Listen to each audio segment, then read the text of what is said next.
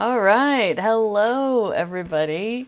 Hello and welcome to Heart of a Hobbit here on the official Lotro stream channel here on Twitch.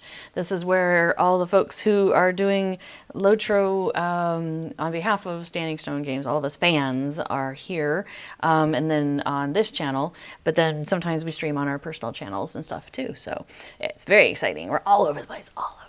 Except for, people like me and B4 who only stream here and rarely stream on our own channels. But that's okay. So today we are, I'm still working my way through some carrying chicken tokens. So today we are carrying chickens around Middle-earth.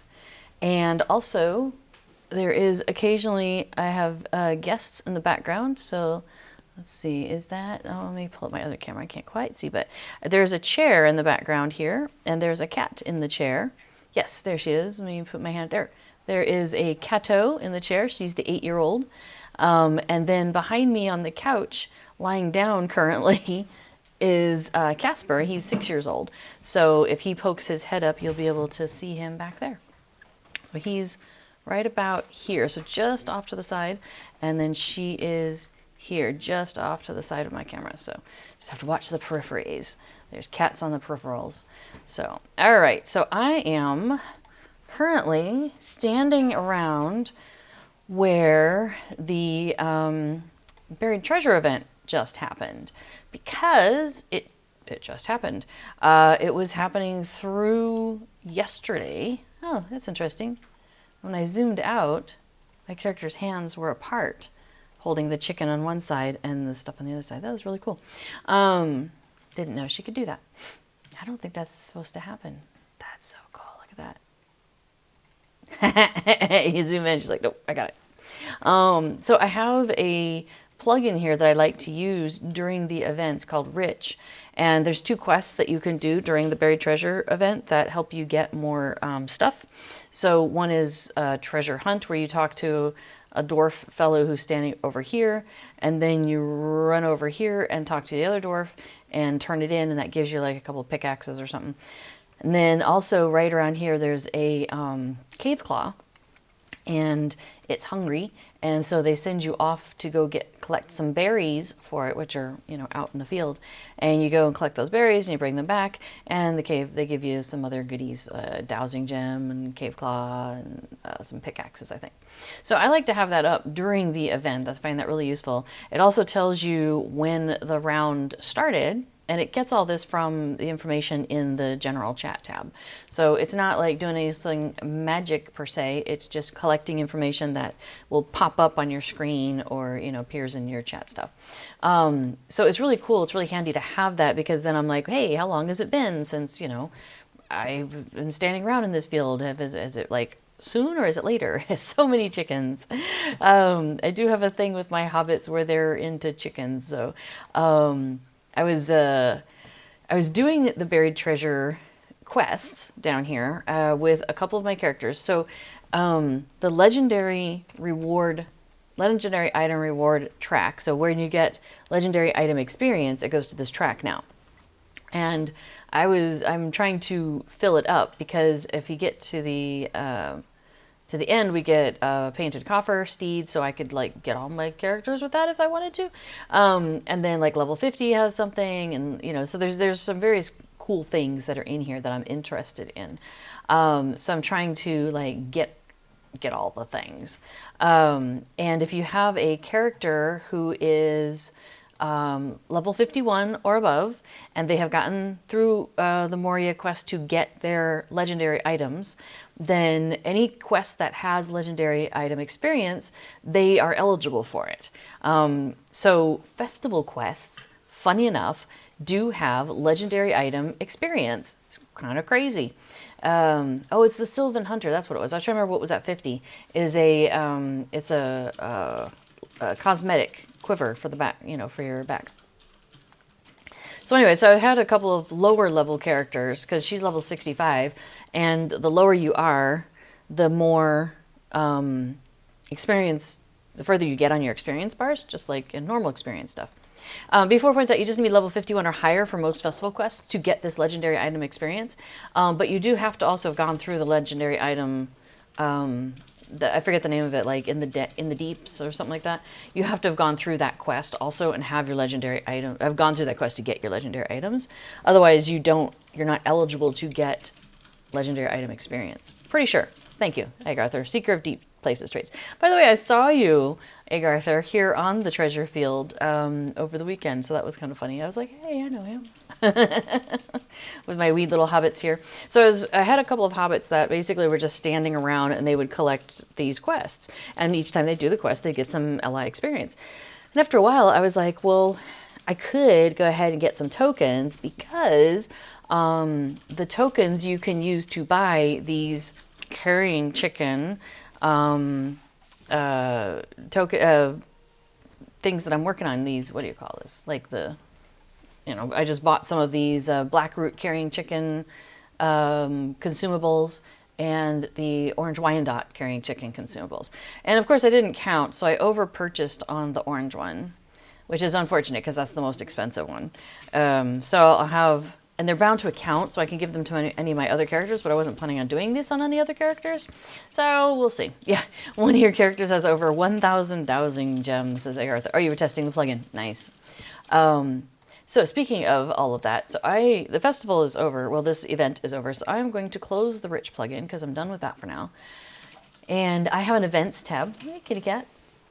For each one of my characters in their personal vault, because they're responsible for carrying their own stuff, I have, hang on, I'm putting the blanket across my lap. We got some new blankets that are hopefully less likely for the cats to catch their claws in. Well, this specific cat here next to me. So I'm putting that across my lap in case she decides she wants to come and lay down, because she often does that these days. It's very cute. You want to come out now? I think I'm ready for you. Thank you. So, yes, there's a cat here. Hello. This is Kato, the one that was sitting on the chair. She has really taken a liking to laying down on my lap, although when I'm streaming, it seems like she does not do that. She's more interested in being up and about here, but below where you can see her. So, sorry. One of these days we'll get a cat cam and make it even better for you to be able to see her. You want to pull that up? Yeah. Sometimes she gets in the bed, although lately she hasn't been getting in the bed as often, but we'll see. Maybe she will today. Oh my gosh, yeah, B4 says, I wish there was a buy as many as I need for the consumables deed button. That would be amazing, right? Although I was buying these with those side characters and then passing these tokens over to my main character, so it wouldn't have worked. But yeah, it would have been nice to, yeah. I couldn't remember how many you needed, and so I just bought too many. Anyway, so while we're doing that, I'm going to throw all of her stuff into her events bucket. So we don't need the cave claws, don't need the pickaxes, don't need the dowsing gems. Oh, we got a gem inspection, so let's throw that in the main bucket, and other characters might use that. And aside from that, oh, and this is a housing item. We may keep that, we may ditch it. My inventory is still kind of full. What have I been doing with my life? Oh, and there's a couple more. Some more dowsing gems, some more pickaxes. All right, cool. I think that clears that stuff out at least. Oh, what's this map to? The treasure field. That can go into events. That's kind of handy when you're first starting, because especially if you're not a hunter, because when the event is on, there is a stable master, and she stands out here, and the stable master does have travel to and from Bree, like the 4 main areas. So Bree, Thorns, Kellendam, and somewhere in the Shire. Probably Mickle Delving. Yeah, I'm pretty sure it's Mickle Delving. So that's a handy way to get around if you need to. What? So there's either something on your skin or there's something on my hand. I think there's something on your fur, bud. Yeah, I think she's got a little, I don't know, something. I keep catching on something. Either that or I have like a dry patch of skin and I'm just feeling it weird. Anyway, so yeah, I see there's more chat, sorry. So working my way through the chickens. And hello, Just Right, I saw you poking your head in there. So let's see. Seeker of Deep Places. Yeah, so as B4 points out, that once you've gotten your legendary items, as a level 45 character is eligible to do so. I'm going to travel, and you got to put down you can't travel with a chicken in your hand. You can gain legendary experience from Moria tasks, and so on. So needing to be level 51 was actually, yeah, a surprise. That was unexpected, because you don't need to be level 51 for like going into Moria, for consuming the heritage runes. That is a level 45 on a lot of them. So being the, having to have it be level 51 was an interesting thing, but it's good to know. So now we just make sure all of our festival going characters are 51 and above and have the thing. So it's pretty handy. So then I'm working my way through the LI tracker that way. Okay, so enough chitter chatter on that. Oh, but speaking of those consumables, so the Buried Treasure event has a number of rewards that you can get just from participating. Like, it's all random. But like when you pull up a small cache, there might be things, in medium there might be things, and the large there might be things. And so there's some cosmetics. There's 3 mounts if you get the huge that could be in there. Like one could be in there. It is random though, and it feels like the RNG was a bit low this time around, because there's been times when I've done that festival and gotten a mount like very regularly. It seemed like coming out of those huge caches, which was crazy.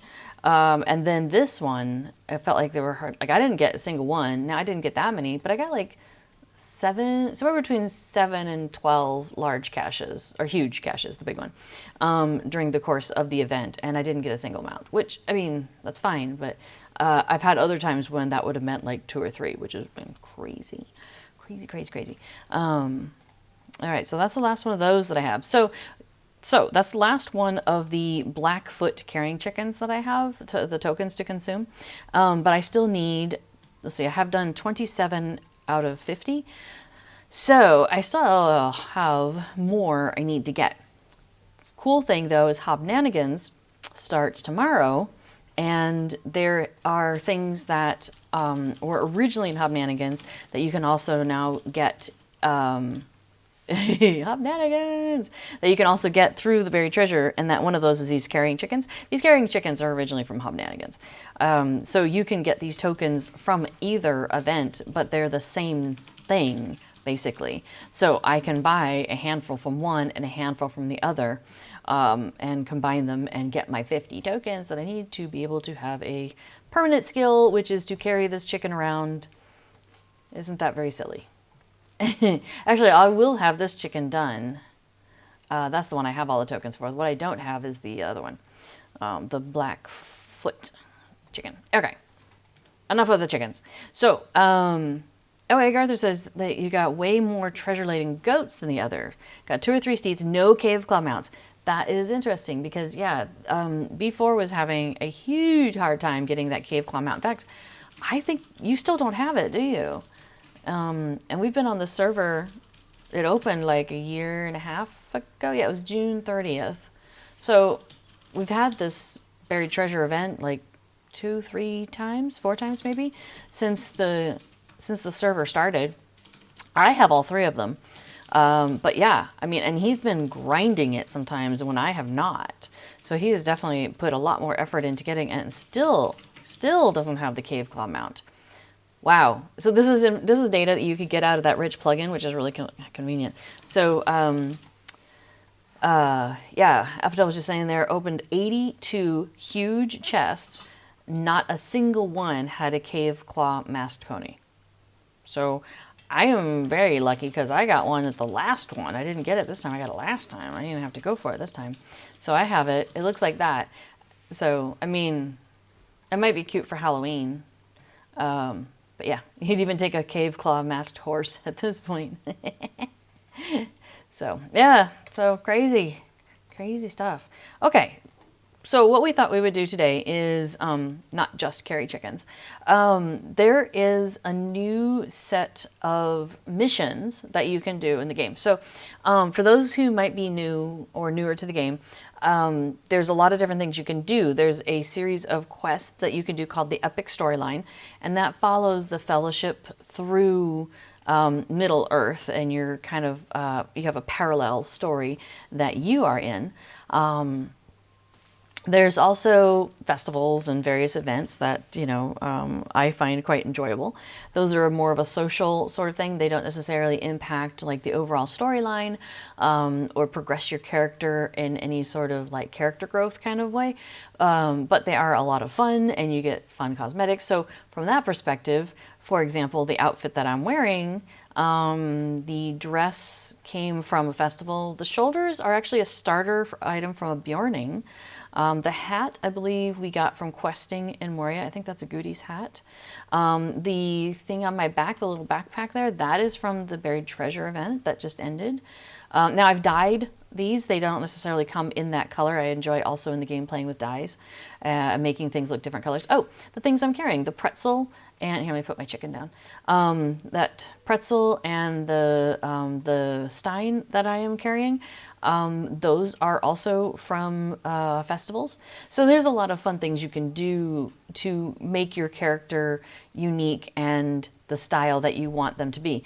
Affodil's outfit, that robe is also from festival. The hat, I believe, is from Anniversary, from just being around long enough. The frying pan, is that Bingo's frying pan? That might be Bingo's frying pan. Let's see. You know what? I can probably inspect her. Oh, it's a Matham Society frying pan. Nice.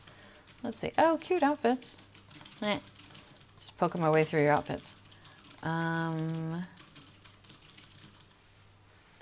That's interesting. Yeah, it doesn't have the frying pan in your cosmetic. Oh yeah, there it is. My bad.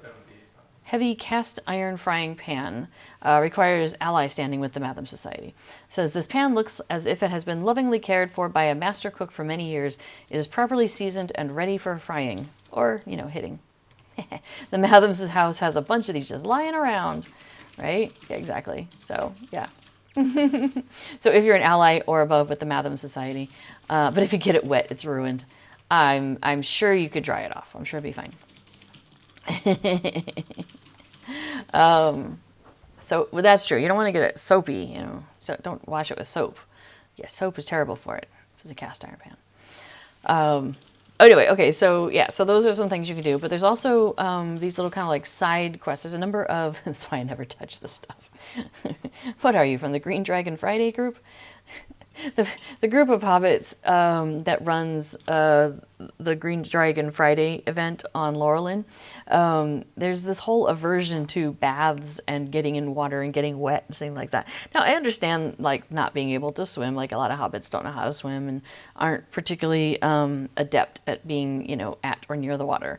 But I mean, like, Sam and Frodo and them have like this whole song about bathwater hot and how it's an amazing thing. So obviously the hobbits are used to taking hot baths. So I just think it's funny. So I find it's like a quirk of the Mickle Delving hobbits that they just don't, that some of them don't like taking baths. So you're showing a bit of your having moved towards Mickle Delving hobbitiness, I guess. Oh, I've got to brush this cat. She's a short-haired cat, but I just realized that she is shedding. You are shedding all over the place. Yes, you are. Oh, I forgot to do this. Before I get started, let me do that and do that. Oh, Extra Life is happening. Well, technically, the Extra Life game day is happening November 5th, I think it is, a Saturday. We, on this channel, will do like a whole day, well, somewhere between 12 and 24 hours of nonstop streaming on this channel during that time frame, possibly like, a couple days before or the week before or something like that. Okay, bye. Cat had to go. She does that. She'll be laying here just chilling, and then all of a sudden she's like, whoo, gotta go. So we're not sure exactly which day that's going to be, but when it is, we'll have like a big thing. It'll be awesome. If you donate to Extra Life, to the Extra Life campaign, as it were, you are eligible to pick things off of a community loot list that Cord will put together. Cord Oven, who is the SSG community manager, he's on here on Fridays at noon. Often, oh, Tom TRW, well met, hello. And so I am also participating in that in general. So I've gone ahead and put my tracker information up, starting with this stream. So I've gone ahead and decided to start with the stream. That's a good place to start. It's like, you know, starting at the very beginning, very good place to start. So currently, Extra Life kind of runs all the time though. And so people have already been doing some fundraising on their channel, that goes towards this, team goal. So the team goal is $20,000 to raise for children's hospitals in North America. I live in the Netherlands, and so I am choosing that any funds that are raised in my name will go to Boston Children's Hospital because that's the one that SSG themselves is closest by and the one that they choose to support. But if you are on the team, and you are welcome to join the team, like anybody is welcome to, you just, I think, send a message to Cord or something. If you want to join the team and you don't know how to do it, let me know and we'll figure it out. And anyway, so yeah, anybody who's on the team contributes to that 20,000 number, which is awesome. So already there's $2,588 that have been raised, and I have set a goal of 500 for like the month. Yeah, I'm figuring last year we made that goal. And I had 250 set as my goal, and I was like, well, I don't know. I mean, it seems like asking a lot of people. But we made that goal, and MVP, who is an SSG employee and a previous frequent streamer of Lotro, also was like, you should bump it up. So I did, and thanks to their help, thanks to his help, we got further on. So that was pretty neat. Got to 500 last year, so that was pretty exciting. So last year was my first year participating in the Extra Life campaign.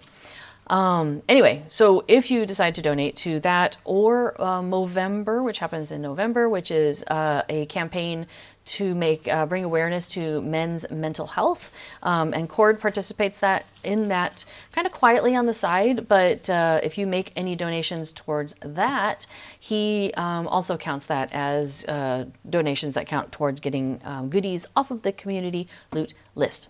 So Cord will be putting that list together and making it public sometime in the next few weeks. And then there'll be dates on there by which you'll need to let him know what it is you want. Oh, I think he's actually doing like a form this year. So you would put possibly in the form the things you want off of the list. What? Oh, so anyway, we'll see. It's all still getting put together. And yeah, it'll be out in a little while. So now I always have the caveat though, you absolutely do not need to donate. Like, I never want anyone to feel like, you know, that there's a financial stress put on them to do something extra. Don't worry about it.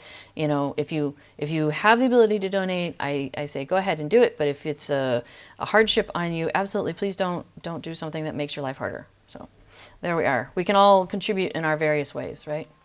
So, okay, so I think now that that's out the way, and I've remembered to put my little widgets up there, I say we go ahead and head off to a mission. Okay, so missions are, there's missions, there's instances, there's skirmishes.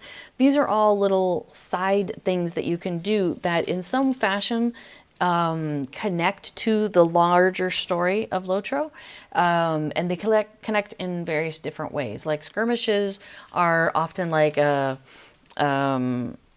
defend, you know, where you're at, or go and retake a place that has been captured, that sorts of thing. Let's see, skirmishes, instances. Instances often take you into like a dungeon sort of thing, where you're working your way through, and there might be some interesting mechanics that you've got to figure out. It's usually a larger group sort of thing, like 6 people, could be 12 people. There's occasionally like a 24-person raid that you can do in Lotro. And then there's missions, which are definitely a little bit more story-driven, but there's sometimes also some combat or battle or something like that. Missions you can only do as a solo or a 2-player group. You can't do them any larger than a 2-player group. It's true. Okay, so Egg Arthur does point out that some of the skirmishes are necessary for the epic quest line. So yes, so make sure you go into the tutorial. When you get to be, I believe it's level 20, there'll be a tutorial that pops up that says something like, report to the nearest skirmish captain, and they're found at a skirmish camp. In fact, I tell you what, I'm going to take us over to Bree because I want to show people where that skirmish camp is real quick and kind of what that looks like. So let's see. Tom TRW says, I love how it seems to be always Lotro streamers doing charity streams. This other streamer who's on a break due to a car crash did one for the women's abuse shelter a few months ago. Oh, that's really nice. Yeah. Well, I think part of it is that like the community of Lotro often is full of people who understand the value of community, and through community is how we can help each other out, right? So, all right, I'm going to zip down to Southbury. But I think I actually have a milestone to Southbury. I could have just done it that way. Oh well. It's 90 copper well spent. Yeah, that's one of the things I love about the Lotro game is the Lotro community, and people are really good about like helping each other out, and if you ever have a question, you post it in World and people are going to jump in. Now some people, like people are people, right? You do get kind of idiots from time to time anywhere, but in general the Lotro community is really nice, and there's some servers where you get hardly any knuckleheads. So the tribute server that I'm playing on here, it is a VIP server, and so you have to be a subscriber in order to play on the server. And it's only been around for like a year and a half, not even. So it has a smaller population than possibly some other servers. So it definitely has like kind of a tighter knit kind of community, and it's really nice. I really like it. Yes, and Tom does point out also with skirmishes, there are special currencies and unique gear that you can get from that too. So, okay, so I've gone to Southbury.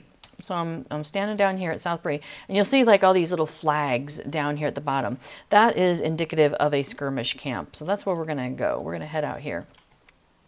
So that's where I started to go, and I was like, wait, I'll stop and tell you where I'm going. So you'll see here, we have like, they have these flags flying, and we have a bunch of tents. So this is the crowd of people that we're looking for. So when you go to do your skirmish instance to start off to go through the tutorial, they're going to send you over here to talk to these two folks. So you've got Harry Twiggins, the skirmish captain here, and then you've got Raina Sweetgrass, the skirmish trainer here. Now there are skirmish camps in other places. You don't have to come to this one and talk to these two. You have other options, but like the dude here will have a ring over his head, so you know you're in the right place. So that's really what you're looking for, is when it sends you off to go do the tutorial. Like you could wait until you're level 100 to do it. Like there's no race to it per se. But as Egg Arthur pointed out, there are some things within the epic storyline that take you into a skirmish.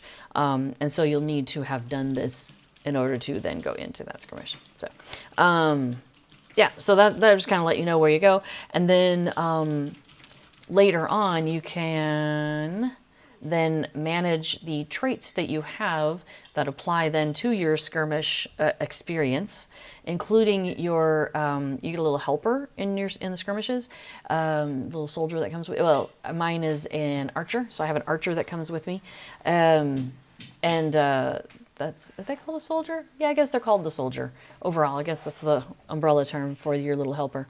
So in the skirmish, you get to have one of these people, and so you can change like what skills they have.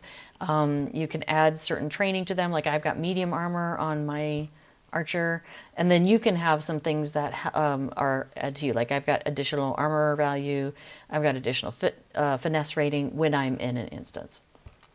So these are things you can do with him, and with her, you can then train those skills, put points into them basically to make them better. Yeah, so that's really where you want to come. Now, if you want to change the look of your skirmish soldier, say that 5 times fast, at this camp at Bree, that person is over here under cosmetics, and you would think that might mean like what I'm going to wear. It does not. It means what's my soldier going to wear.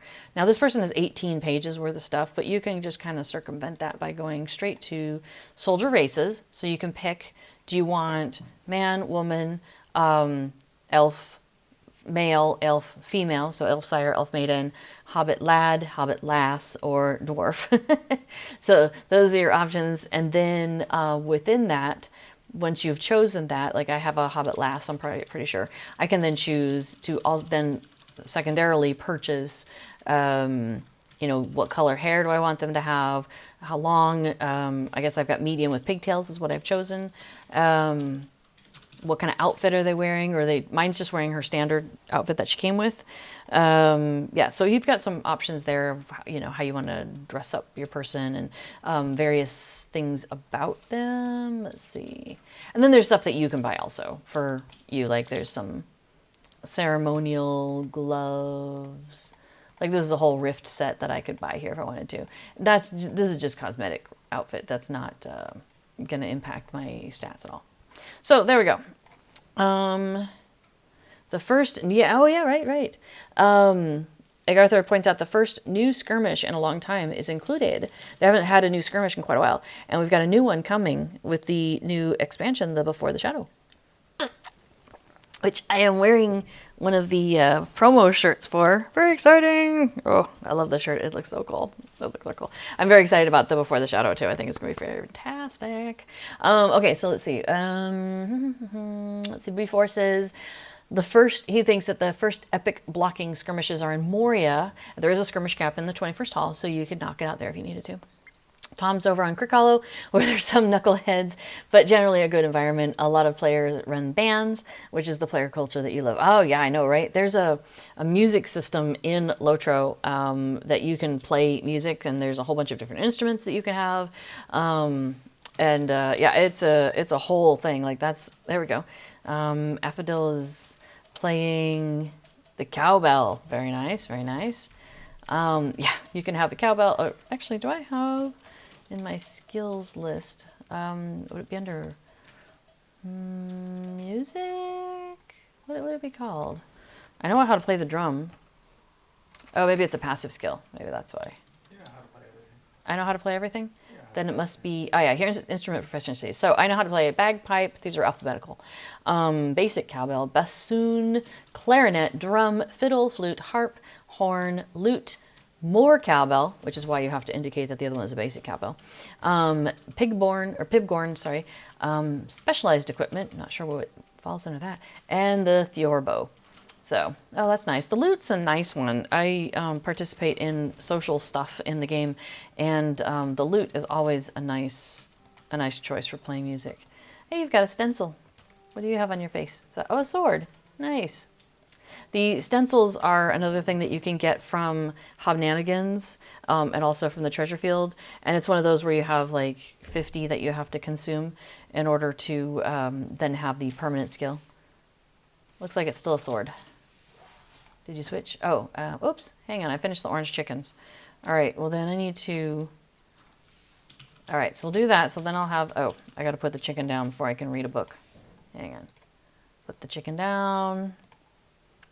And then we are going to ditch the rest of these chickens so I don't consume them for no reason. Cool. Now I know how to pick up a chicken at my leisure. Ah, there we go. The butterfly. The butterfly one's nice. I like that one. And they have I think a flower or something, which is also cute. Yeah. Oh, yeah. Yeah, the little daisy looking one. That is cute. Well, that's a little close to the eye, but aside from that, I feel like it should be further down on the cheek. Which one's that? Oh, the bee. I like the bee one. Yeah, let me scooch around you again. And, oh, a feather. Cool. Very cool. And, oh, it's a bow and arrow. Okay. A star. Mm-hmm. Yeah, see, Affadil's gone through and done all these. I have not. A pipe. I wish you could choose which cheek it went on and which direction it faces. Because sometimes it's a little weird. The plugin that allows, Tom mentions the plugin that allows playing real songs with built-in auto-sync system they use for bands. Yes, I am a huge fan of Songbook, which is probably the one you're talking about. You set yourself into music mode. So, like, for example, I'm just standing here, and it probably won't let me because I'm not holding an instrument. But, yeah, when you click on the M, it puts you into music mode, which means that the instrument that you have equipped, you are ready to jump in and then play it. And then if you want to sync up with other players, I think it's Start, sync, play, play with sync. Oh, I think I have to do that. I think that's the second one then. You press the music mode to get yourself into music mode, and then I think you do play with sync, and then that sets you up to be ready to play with the other people that are in your fellowship. It might work in a raid, I forget. And then I think one person presses the start. Yeah, and then it automatically plays for it starts everybody playing on whatever song it is that you have chosen. So like for example, I have directories, so I can kind of clump my music together, and I have them currently clumped by what instrument. So I have like a bagpipe bucket, a clarinet bucket, a harp, and so on. And so then you would pick the song that you're going to play. So like maybe under Glare-Wines, I want to do, you know, All My Loving. Now I have these as solo because I'm usually playing by myself on Laurelin for the music, but we do have some group things that we put together at one point. And then there's an accompanying thing that you can do called lyrical, which, lyrical toggle. Oh, maybe I don't have it loaded. Sorry. It's basically kind of like a notepad sort of thing, but you can pre-fill lines, and then and so you pop it up, and when you click on the button, it says like how you say in the world, just like Affadil's been saying things here, how it pops up above your head. If you have speech bubbles on, you can see it when it does to other people say something. So go ahead and say something when you have a chance. And it shows up above their head. So that's how you can do lyrics, basically, or singing, because you'll be playing the music like that. So it says hello. So you could queue up all the lyrics that you want to do. And then, yeah, see, I'm so glad you're all here to play some Hobnanigans. Let's tell you some of the basics of the game. See, this is some stuff that we typed out ahead of time. Because in order to be able to explain Hobnanigans, we didn't want to be typing and being like, oh, I wish I had said this way back there. Well, we went ahead and typed it out ahead of time. And then we just pushed the button. Push the button and it goes to the next line. Push the button, it goes to the next line. Push the button, it goes to the next line. So, you know, that's a way to do speeches, to tell stories, to sing, yeah, and so on. It's really, and you can type freeform. So like that is not one of the things that we said, and so on. Like you can freeform in between. Like you're not stuck with what's on those lines that you have typed in. So that's really handy.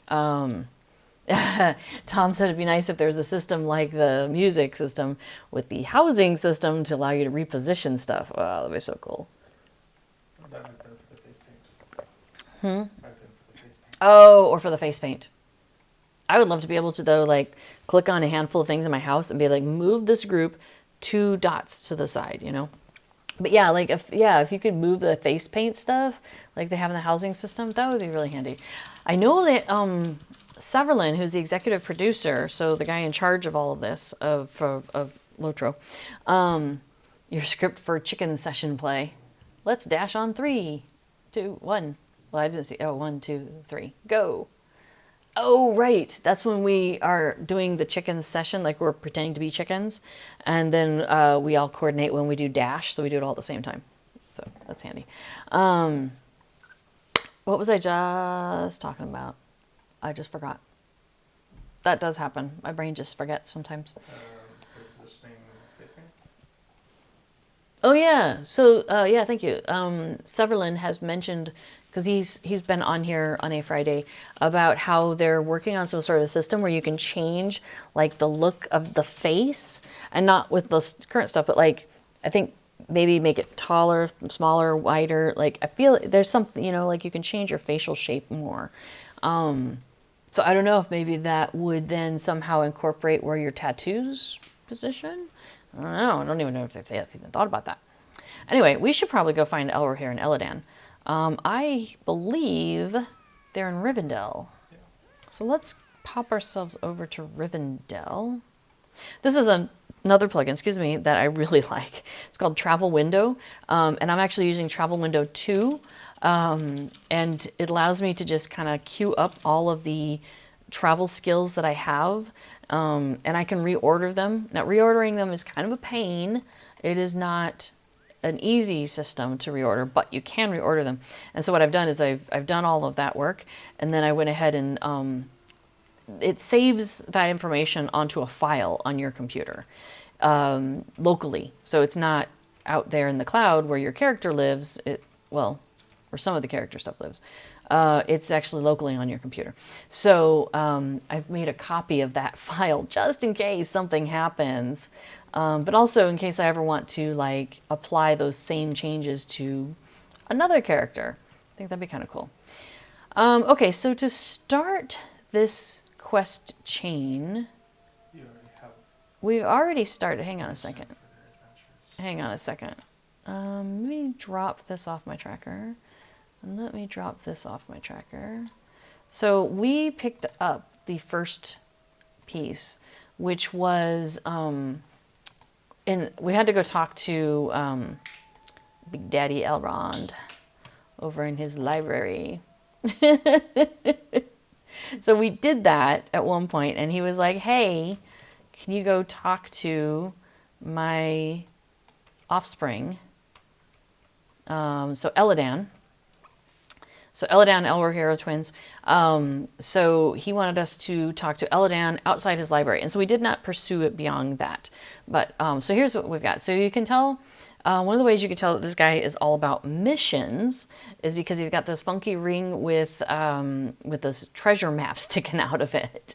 So that is not normal. You don't see that on most rings when you encounter people through Middle Earth, you know, the quests that you're on. So yeah. Oh, you gotta go. Happy adventuring. Thanks for stopping by, Tom. Maybe we'll see you again next time. We're here every week, every Tuesday. I start at 11:30 U.S. Eastern time. I always have to work my way through that because it's like 5:30 our time. Yeah, so I start 11:30 their time, and then before streams after me at 2 o'clock Eastern time. So we've got like kind of this 5-hour block on Tuesdays. So come back anytime. You'll see one of us here. Okay, so we're going to start with Talk to Elladan. So this is a newer mission system. We haven't actually gone through this yet. So this will be my first time going through the Elrohir and Elladan further adventures. So, okay. So he says, Hail! Elrohir, that's his brother, has gone ahead to search the Bruinen, but he wished to pass on his greetings as well. We're to travel to the south, to Eregion, and then through the Red Horn Pass into Lothlorien, and make any preparations require. We have a long trek. Why are we going to Eregion? Okay, I need to look up our quest history. So if I go to here and I go to show history, it's going to tell me like some of our original bestowal dialogue, which is great. Because if there's something you've picked up and then you haven't done any of it in a while, sometimes you forget what you've been doing. So that's kind of nice. All right, so let's see. So I believe then this was from Elrond. It says, I have an undertaking that I believe you would be suited for. Servants of the enemy, under the guise of riders in black, recently tried to cross the Bruinen. Ah, yes. Okay, so this is when they tried to ford, and the water swept them away. The river's waters swept them away at my command. A little help from Gandalf. But yeah, sure, it was mainly him. Perhaps they no longer threaten Imladris, but we cannot be certain. Although in the books, was it him or was it Celeborn? Or not Celeborn. Oh my gosh. Celebrimbor? No. Yeah. The guy by the waterfall in Lotro. Glorfindel. Thank you. I don't know why I got stuck on the letter C. For some reason, I'm thinking it might have been Glorfindel with the waters. Maybe it was Elrond. Aha. So wait, so Agarth, are you saying it's Glorfindel that I was trying to remember? Or is it Glorfindel who sent the waters to wash away the riders when they tried to cross at the Ford of Bruinen? Yeah, okay. Awesome. Thank you. Okay, so the river's waters swept the riders away. Perhaps they no longer threaten Imladris, but we cannot be certain. Scouts have been sent out to determine whether the Black Riders truly fell at the ford. My sons will soon set out to do the same, but I have also entrusted them with an errand of their own. I would ask that you travel with them to Lothlorien to meet with their grandmother, Lady Galadriel. Though I cannot fully reveal the purpose of their errand, I trust that the three of you will keep each other safe. So, and then we go talk to Elladan. Okay, awesome. So now we know, and it's interesting because, yeah, there's like little breadcrumbs of this in the books, like in the source material, right, by the Tolkien, written stuff, where there's something about, how the Elrond's sons have been off doing something, but we don't know any more details about it. We just know it's, something to do with trying to figure out where everybody is and what's going on. So it's really cool that they're able to take these little breadcrumbs and then expand it out into more of a story, which is pretty dang cool. Okay, so what they'll usually do is they'll have a series of these missions, and when you haven't done them at all, you have to do them in order. Once you have done all of them, then they're all open to you, and you have to pick them, as you go. So you can be like, oh, I'll do number 5, boom, and then you're just ready to go. Okay, so, but here we are in chapter 1, and he says, well, I'm sure we've kept Elrohir waiting long enough. So we're about to go. Each of these further adventure missions actually all the missions have some sort of a twist that makes the monsters more challenging in some fashion, in a very specific fashion. So in this case, the twist in this chapter is sacrificial. At low health, monsters in this mission will attempt to end their own lives to damage and apply a fear effect to those nearby. So they might explode or something in order to damage us and apply a fear effect. So that's exciting. Maybe I should eat some in-game foods before I jump into the combat. Make our feet faster. Like, I am certain I've checked that button. I was probably carrying a chicken at the time. That's why. Okay, ready to travel? Yeah. Let's do it. Now, remember I said earlier, you can only do these as 1 or 2 players. So the fact that we're both in our fellowship together made it really easy. It just is like, yep, you both are going. Bye-bye. All right, it says talk to Elladan. Well, where is he? Ah, here he is. Now, did you notice we had little red lines there? It's a wall. Well, okay. I saw it. Basically means you can't go that way. You got to go this way. So that's easy peasy. Okay. So here we are by the high moors. By the Ford of Bruinen. All right, he says, other scouts already told me about the insects swarming the Bruinen, but I've never seen such an infestation before. Elrohir and I agreed to see how many we could each defeat before meeting downstream. These two.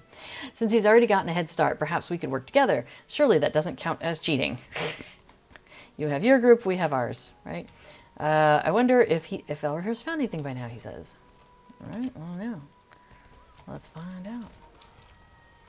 All right, cool. That's not going so badly. That's 4. Cute.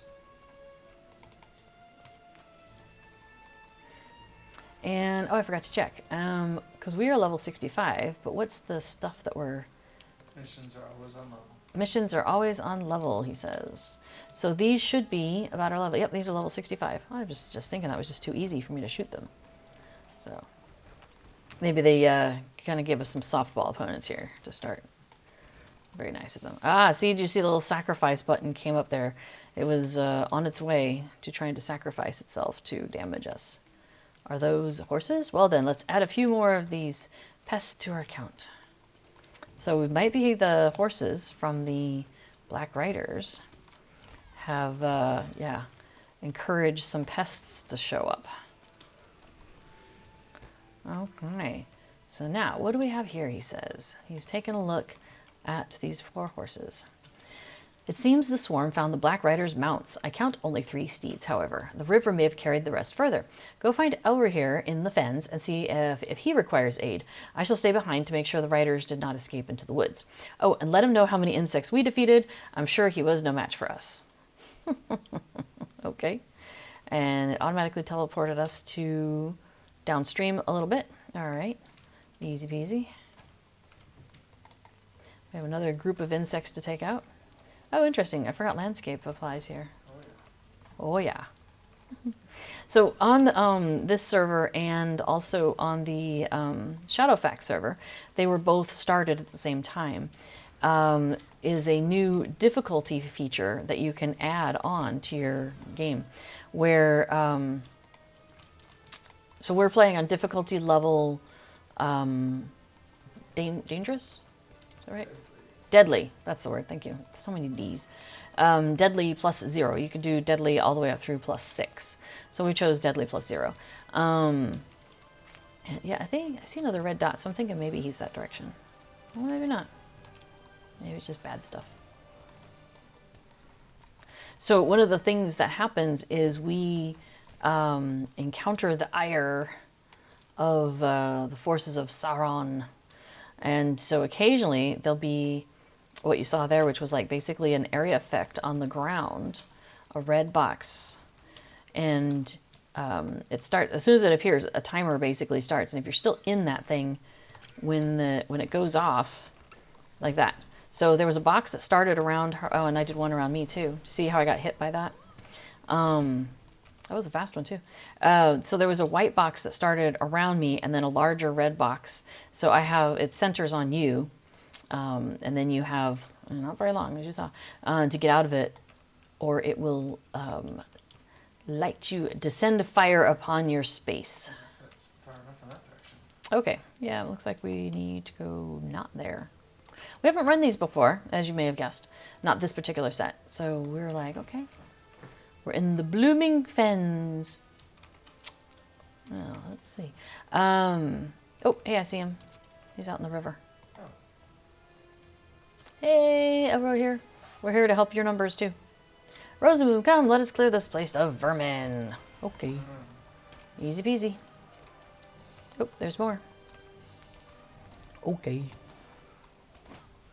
Yes, Egg Arthur says landscape difficulty does apply here, but you didn't find it that challenging. Yeah, so far this has been pretty easy. This hasn't been anything where I can't walk and talk and chew gum at the same time. Except for this guy. I'm going to get out of the way. I don't feel like being bombed. That's the last of them. How has your search fared? Your brother wanted us to tell you that he got 9 insects, but we helped. Just telling you. So, Elladan convinced you to help him with our little competition, didn't he? I kept track at first, but... And then he gestures to the nearby horse corpses with a sigh. What I found, or rather what I didn't find, troubled me. He says 3 horses upstream, 5 here. That makes 8 of the 9 mounts accounted for. I scoured every part of the woods for the riders, but to no avail. If any of them linger in the troll shaws, they've made themselves scarce. Well, hold on. What's that in the water? Is that a cloak? Bum, bum, bum. So you see we have the horses are here. And a black cloak. Let's take a look. The black cloak is tattered and marred by long slashes. Okay, now the twins are going to chat. I could find nothing of note. I hope your search fared better. We found this black cloak, but nothing more. Then I suppose that must be the only trace left of the riders themselves. My hope is that they have fled back to their master, though that is mere speculation. He says the answers do escape us for now. But that finishes that. Now, we do have a mission reward to pick up, so we're going to grab that. And because we're in a 2-player group, the mission reward is basically random between us. And so you have to click on that box to get your mission reward. If you're running it at solo, I'm pretty sure it just automatically gives you your mission reward. You don't have to find a box. All right, and so basically this is how it ends. They'll usually be like, you know, wrap it up. There's nothing else that can be done here. We should continue moving. And then you travel back to your original quest giver. Ah, and he's moved. How exciting. That's unusual. Usually the quest giver for these missions stays in the same place. So that's kind of exciting. I like that. I wonder if that means we have to travel if we want to do the different ones. I don't know. We'll find out.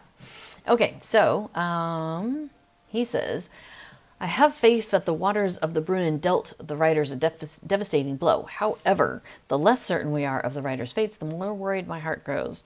Tracking the movements of the enemy is of the utmost importance for our errand. After everything that's happened, I find our lack of information unsettling. So you can see that this takes place during a specific time frame. Got my faithful toolkit. Oh, okay. Affidil will be right back. So you see this kind of takes place during a certain time frame in the story of the Lord of the Rings. So this is after Frodo has been, stabbed by the Morgul blade, and they've ridden him to Rivendell to get him some help from the elves, and they were being pursued by the nine. And they made it to the Ford of Bruinen, the place where you can ford the river, you can get across the river, the Bruinen River, and So they're trying to get across that, but they're, being heavily pursued. But then through elven magic, the waters rose and were able to sweep away the 9 that were pursuing them. But as it is mentioned in the books, I'm pretty sure, they don't know exactly what happened to those 9 riders. Like, they were swept away, but, were they killed? Well, no, because they're not killable. They're spirits. They, can only be basically stopped. They have to go and reform, in a sense. So were they sent back to, Sauron to then be, reassembled to be sent back out. The mounts they were using, the horses, did have mortality, so the horses are done. But then what? And so that's why they come back later on the Nazgul, because they don't just have whole dockets of Nazgul sitting around waiting to be used as mounts, like like the Nazgul farm. So they were riding horses, but the horses were taken out, and so they had to look for alternate transportation. So that's kind of where we are in the story about. If you think about it, Sauron really should have kept making rings and making wraiths.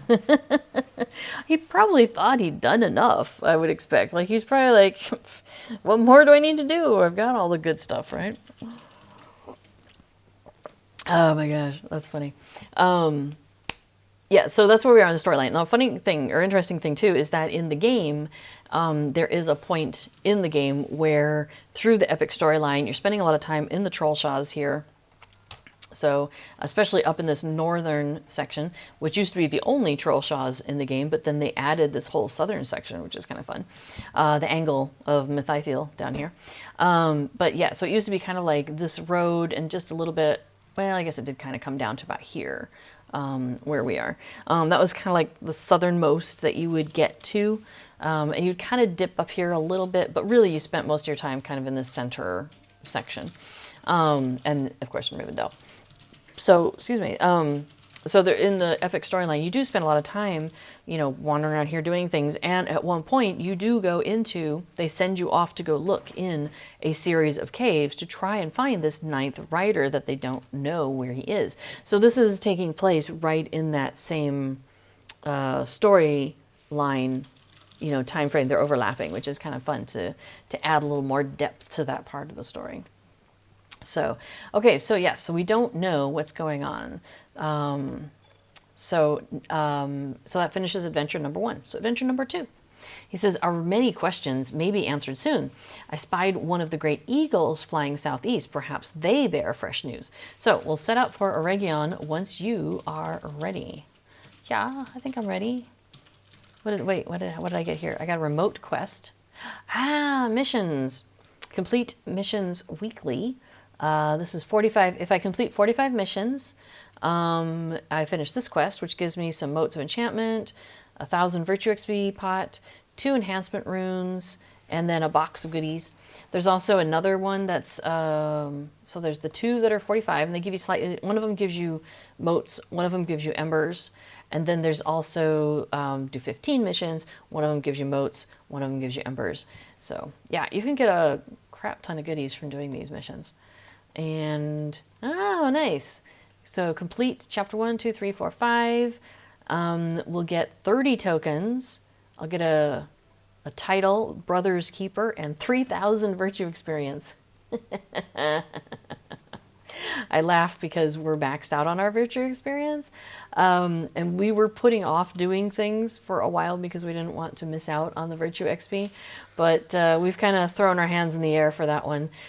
Because your virtue XP, we may have talked about this before, I can't remember, but, oh yeah, I think we have, it is basically half of your current level, but rounded down. So my current level is 65. That is max for the server, so I'm not going anywhere anytime soon. Like, I'm going to be 65 until January. Last time they did the release, they did Moria, was January 5th. So my guess it'll be like early January will be our next expansion opening.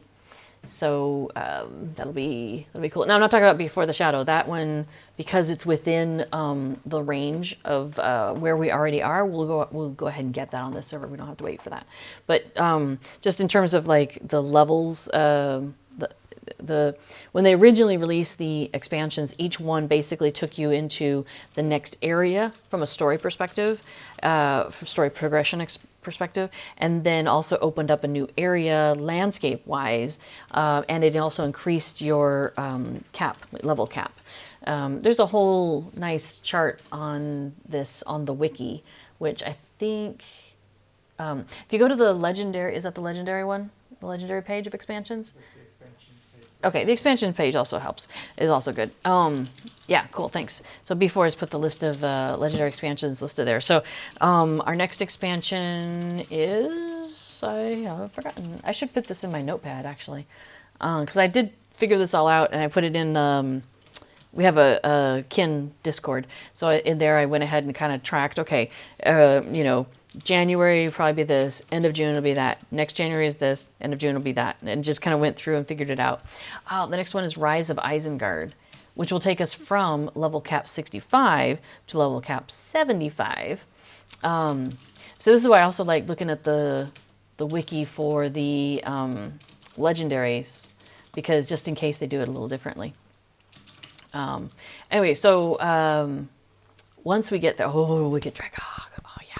So once we get there, we can start progressing our level again above 65. But for right now, all of our virtues max out at 32, and they are all maxed out at 32. So there we are. All right, so let's check out the next thing. So, all right, he says, watch the skies, I will do the same.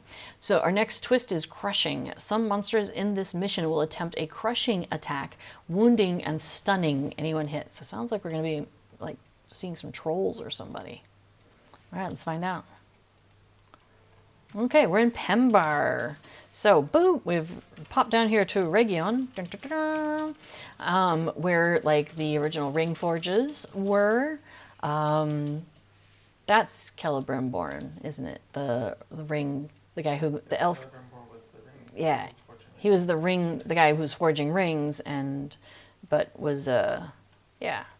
So anyway, so exciting. Okay, so here we are. Hey, Elrohir, what's up? He says, I'm certain the eagle noticed our presence and flew here, but I don't see him. Do you? He surveys the area outside the ruins and frowns. Well, we'll take a look around. And he's going to stay, Elladan's going to stay there in case anything happens. So, got scouts going in different ways.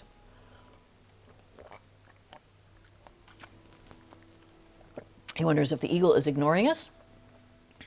And he says, oh, wait, hang on, I see something. We have a dead boar, and we have some large footprints.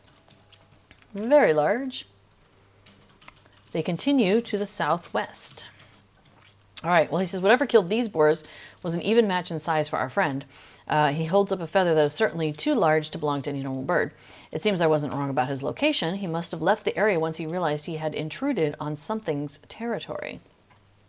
Of course, I doubt that creature, whatever it is, was an even match in power. After all, the eagles are a more than capable folk, but this creature may be dangerous to anyone traveling through this area, and that does not bode well for our errand. Let's track it down. It's dangerous. Let's go find it. Okay. I wonder, do we have to click on each one, or maybe not? Oh, we've got some fire whelplings up here. Oh, he's about to breathe fire. No, he's not. He's down. All right, the footprints continue. Alrighty. Oh, hey, I'm being shot at. Hello, firelings. I think I'll put some of the, the oil on that matches your stuff. So, Affodil is a minstrel and does a light debuff on the enemies a lot of times. So I often put light oil on my stuff, and that way it does a little bit more damage, or gets through a little bit more, which is fun. Okay, so wow, we just keep getting more of these guys. Yeah, do not relax just yet. Yes, that would be the fire hitting you in the back of your head, silly. Mr. Son of Half-Elven. All right. The drakes didn't match up with the footprints. Our work is not yet done. Agreed. Yeah, these are not our main danger here. Something else is going on. Alright, what else we got? Yeah, I know, my foods are starting to wear out. I've been talking too much. This must be the drake we're looking for? A matron, no less. You think so? Alright. Oh. Okay, thanks. Yeah, so she has a green bar right now. There we go. Now she has a red bar. You can't attack them when they have a green bar. So a lot of times that means you have to go and interact with them in some fashion to get them to engage in the combat. So we do that sometimes where I will get into my invisible mode where I can do extra damage and stuff like that. And then somebody else in the group will go up and start the conversation, as it were. So it always cracks me up because it is clear that like they have a pathing that they have to do, right? And but they have like a priority of things. I mean, like how else could you code, right? So like, you know, character has priority. If there is something nearby you that is attacking you, you must attack it back. Okay. So, you know, my thinking is, okay, that got into combat. So he went over here. His pathing is like here to here, right? And so he went like over, he got to here, but this thing was attacking. So he didn't actually get to there. He's got to run back over here. And so now he's trying to go back, but now he's got to come back to here where he started. And now he's got to finish his pathing. It's hilarious watching characters do that sometimes. So anyway, all right. So that drake matron commanded a most fearsome brood. It'll be safer here now, though I fear that will change. We ought to head back to Pembar. Elladan must be wondering where we are. Sure, I'm down.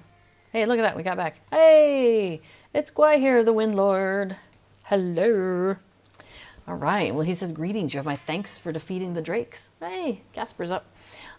He says, I had no desire to involve myself with them, seeing as how they do not threaten me or my kin, but they did not care for my presence. At least I may now deliver my message more easily. He says, we have not discovered any sign of the Black Riders, nor any other tidings of the enemy's servants. However, wolves gather along the banks of the Anduin in great numbers, what this indicates, I cannot say I know. Okay, so what do Elladan or Elrohir think? It says, even if your people haven't seen the riders, they must have disappeared from the north. They must be fooling us. I am not convinced. Although I wonder why the wolves near the Anduin have grown bolder. He says, thank you, Gwahir. Your efforts are much appreciated. Then I shall take my leave. Good fortune on your travels. Okay. Oh, mission reward. That's your, you may go now. Or as Midwesterners might say, well, as in time to go. Midwest US. All right, it says we should rest here and gather our strength before continuing. We have yet to embark on the most difficult part of our journey. Wow, cool. So now we're in Eregion. Neat. Oops, that's the wrong thing. There we go. What up, Elladan? What? He says, I'm sorry I did not thank you earlier for helping Elrohir at Pembar. I needed time to gather my thoughts. When the two of you left, I found myself pacing around out of nervousness. Perhaps it's the gravity of the errand we've been trusted with.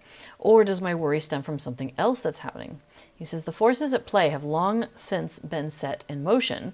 There is much we don't have control over. But I tell myself we are doing what we can. I have to believe that. All right. So what does he think now? He says, it's best not to tarry here any longer. The Redhorn Pass can be treacherous during the warmest of months, and we are fast approaching winter. Be on the lookout for orcs, most of all. They plague the mountain and have waylaid many an unfortunate traveler. Okay. So it looks like we're off to go towards the mountains, the snow. Once you are ready, we shall depart. So the twist here is persistent cold. Some monsters in this mission will apply a persistent cold debuff that can only be removed at bonfires found in the mission. How cute. Wonder if my bonfires count. Yeah, so earlier, before mentions the next expansion will give us Dragach, which is a dungeon, basically. It's also the name of the dragon in the dungeon. Oh, maybe Dragach's Lair. Okay, sure. But the name of the dragon is also that. Ah, here he is. Here's Elladan. Hello. All right, he says, neither Elrohir nor I enjoyed the idea of taking the pass, but I confess that the orcs are not the sole reason. Many years ago, our mother traveled through here to visit our grandparents in Lorien. She never made it to her destination. Orcs captured her. When we realized she had disappeared, my brother and I set out to find her. After weeks of searching, we found her alive, but... And his voice trails off as he turns away. We must keep each other safe. We must. So, and that is out of the lore. Oops. Did you get credit for following him? Okay. All right, he says, let's go, Elrohir. Their mother was captured by orcs, and she never was the same. And so she left for the Undying Lands. So they haven't seen their mother in quite a long time. Yes, my thoughts keep returning to Mother. Of course they do. Mine too, I miss her, he says. Of course. Yeah, and of course, Elrond hasn't seen his wife in so long, too. So one step at a time, we'll make it out of this storm. All right, we have some enemy-looking folk up ahead. They don't look like orcs, though. Careful, look up ahead. Ready your weapons. Okay. Weapons are ready.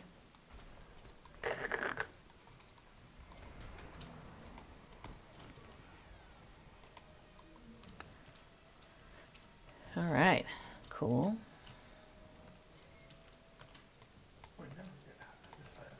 Oh, that's true. We probably haven't. This is probably an area of the landscape that we don't get to see very often. Yeah, I think when we come up the Redhorn Pass, we don't get up this high. Yeah, take a look at the map here in a minute.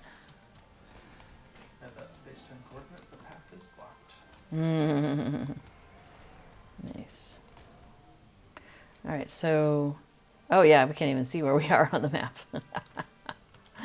That's awesome. But, let's see. So if I were to walk too close, I guess I should be careful. Interesting. Yeah, so we went through that, which you can't even get to, I don't think, on landscape. That's pretty cool.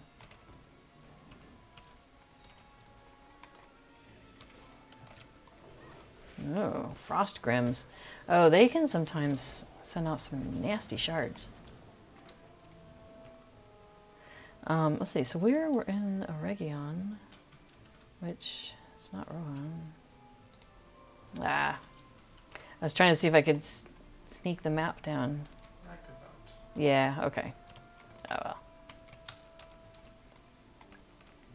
Just to see if I zoomed in, if it would show me, but I guess I don't think it will. We've come this far and seen nothing of his servants. Dum dum dum. I mean, those don't count?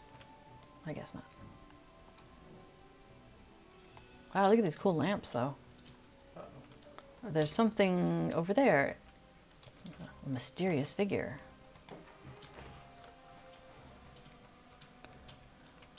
Yeah. Have we been separated from Elrohir? Uh-oh.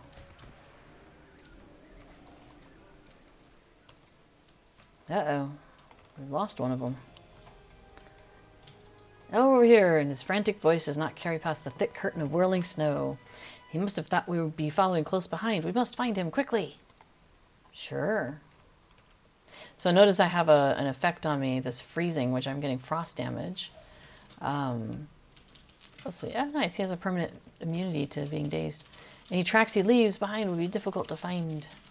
We can only hope he continued up the pass. Well, you guys were hoping to find some servants of the enemy. There you go. Wish granted.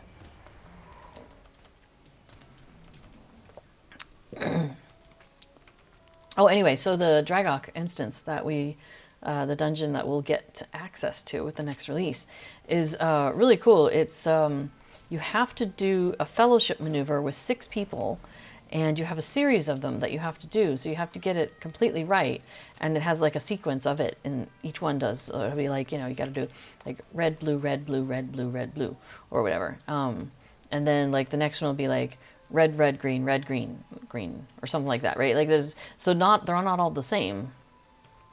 Thankfully the wiki has information so we can, you know, know what it is we're supposed to do next. But you really have to be coordinated as a group, and you have to do them in the right order and quickly in order to, because those things time out, in order to progress to the next part of the instance. So it's really interesting. There's definitely some combat stuff, but it's very cool. It's a very interesting instance. All right, we saw the mysterious figure, but it went that way. We lost track of it. Orcs haven't attacked us yet. This can't be right. It must be something else. What was the purpose of this trickery? To pull you aside? Huh. To get you lost in the mountains? To separate you from your brother? Like, I got lots of things I can come up with for the purpose of this trickery. We have a snow beast corpse.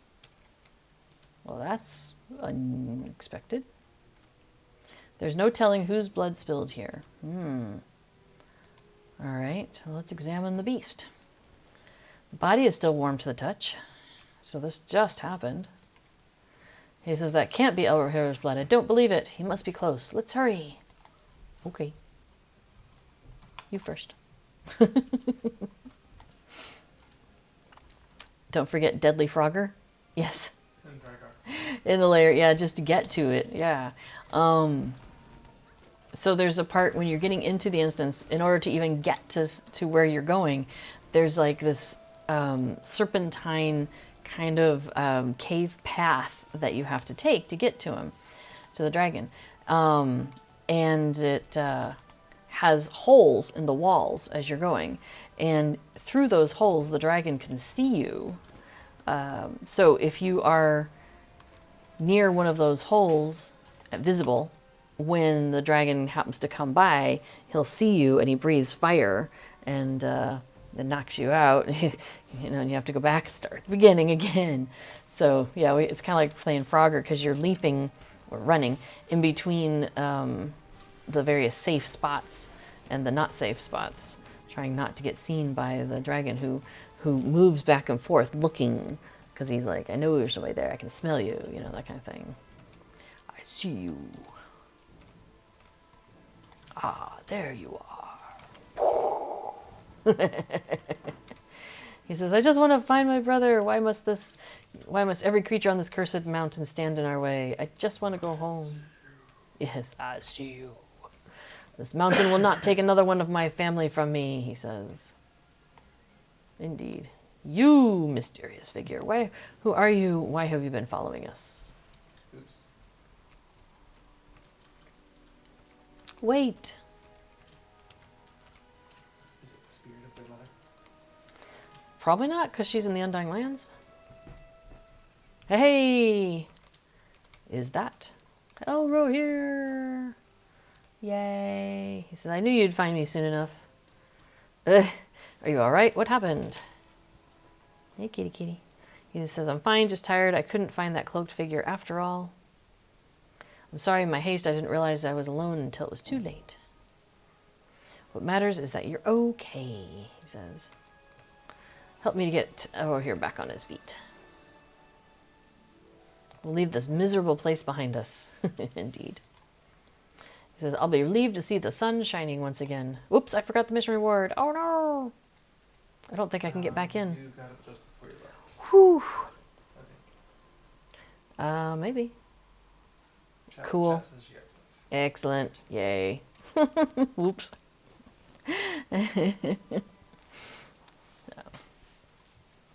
All right, and so here we are to talk to Elrohir. Oh, hey, I missed it. When did that happen? Somebody donated $25. Oh, that's awesome. Well, thank you. I don't know, does it show who did it? Let me see if I can enlarge this. It doesn't say. I might have missed it when it happened. Well, my apologies. So let me close this up, because one of the things I have said I will do is every time somebody donates, I will do a Hobbit flip in the game as a thank you. I'm not going to do a physical flip, but I will do one virtually. So, ta-da! So thank you very much to our $25 contributor to Extra Life campaign. Thank you so much. Yay! And keep track of your donation because eventually you'll be able to pick stuff from the community loot list through Cord. So keep an eye out for that. It'll be sometime in the next few weeks that he'll make that announcement. And once that announcement's been made, we'll have links and stuff, and I'll be able to put those into the chat also, so you'll be able to just easily get to that information.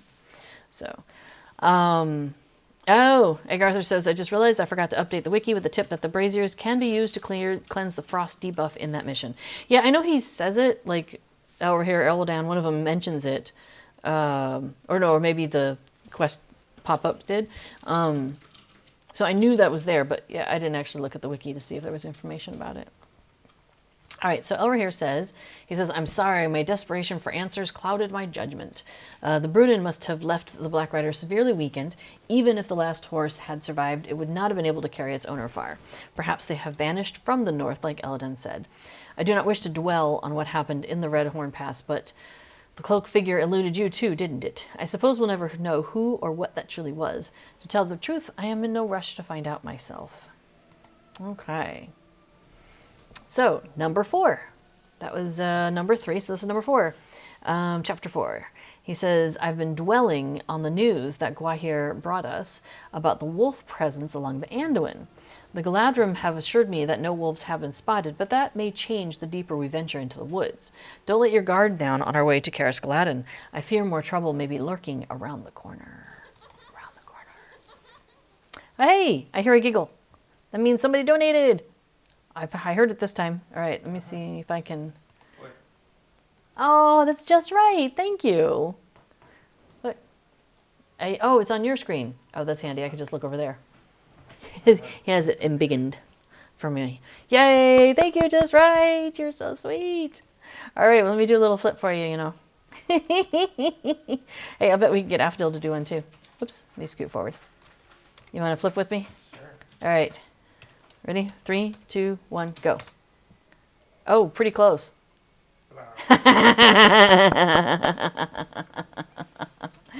Thank you. You're so sweet.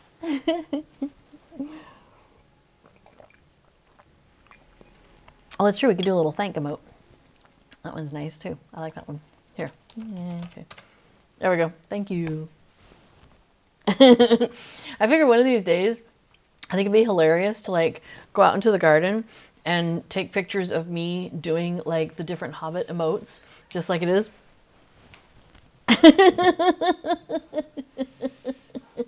Because I'm not quite Hobbit size, but I'm not far from it. I'm going to try a few times for the flip emote. That would be a series of pictures. Okay, so he was saying we have to try a couple times for the flip emote. My thinking is it would be a series of pictures, so you'd have me like, and then I'd come from the other way and go like, and then put you in a green screen suit, and you could hold me. Yeah, this sounds like a great idea. This does not sound like a great idea. Narrator, it was not a great idea. Okay, so number 4, keep your wits about you. The twist is reinforcements. Monsters in this mission will attempt to summon allies to the fight. All right, let's go. Yeah, that's a project that's been on my mind. I thought would be pretty hilarious. But we have been so consumed by this Dutch class. You know what though? Hang on, let me write that down real quick. I have a list going on my phone, but I'll scratch it over here real quick. What? Don't use the pen on the phone. No, I'm not going to use the pen on the phone. Yes, let me grab a pen, write this on my phone real quick. Hang on. Yes, photo shoot. Hobbit emotes. I have these good ideas. Well, I don't know if this is a good idea. I have these ideas, and then I forget to write them down. So at least write it down so I can decide whether it's a good idea or not. All right. So he says, do you hear that? The Elrohir exchanges look with you and Elladan, and probably with Affdil as well. He says, then you hear growls coming from somewhere up ahead. He narrows his eyes. Approach quietly. Okay, so we have to find the source of the growling. He says quietly, but man, this dude's like not hanging about. A bear cub! We must help it. Oh, okay. Can do. So we knew we were going to be busy tonight. Plus, we have class first thing in the morning. So, you know, homework has been happening, and I took a nap, you know, things like that. So we ordered food, and it came wrapped in paper. And so before put the paper on the floor in the kitchen, thing, you know, like something like, well, the cats can play with it. And I think I just heard them playing with it. So that's awesome. Yes, so we must do something. This is something. Therefore, we must do it. That set of theorems is hilarious. All right, so he says, Elladan says, it seems Elrohir's suspicions about the wolves were correct. His gaze falls upon the bear cub who stares at your group warily. This little one must have gotten separated from its mother. Shall we help to return to her? He smiles gently. Okay, we're going to follow the bear cub. Oh, it's already leaving. I suppose it got tired of us standing around. You might want to follow me, hen. Says, I hope we aren't too late to help her. Have faith. Oh, we're here. So it's funny running around with these two because, oh, they're like, what's wrong? He says, wait. Wolves. Bum, bum, bum. So we participated in a server that was called Bombadil, and it was a, hang on. It was a server where there was some PvP, so characters, or players could attack each other. Player characters could attack other player characters. Whereas usually there's monster play, where, you know, player characters can attack monsters, and players can play as monsters, then attacking the players. You can hear the paper. But it's not often that you get players being able to attack other players. So it was an interesting experience, and it was out in landscape and everything.